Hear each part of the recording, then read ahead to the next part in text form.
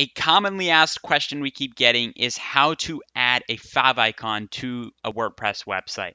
So let's get straight into that video. Alrighty, so here we are in the website here. So today we're going to be talking about how exactly you can add a favicon to your WordPress website. So this is a multi-site, but what you're going to want to do is it's very similar. All you want to do is go to the dashboard, so your WP admin, hover over appearance. Depending on the theme you're using, you should be able to click on customize right here. So it brings you into the customization section. As this loads up, what you're going to want to navigate to is general settings. Under general settings, or it might be up here as well, click on site identity. Now, because it might be right here depending on the theme you're using. On most themes that are already built where you buy online and whatnot, you should be able to find it the same way I'm here.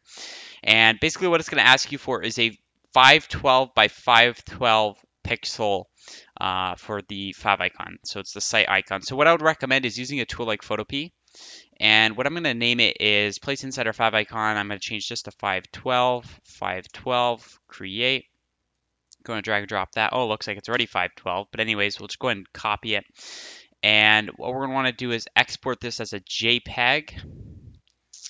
Perfect, and it's right there. Renamed it and everything. Select the icon. Go ahead and drag that into the editor. Okay, click on select, and there it is. Go ahead and click on publish, and that is all you have to do to add a favicon, a custom graphic site icon to your WordPress website. If you have any questions, please don't hesitate to leave them in the comment section below. I'll be sure to link this Photopea online photo editor. It's almost like a Photoshop online.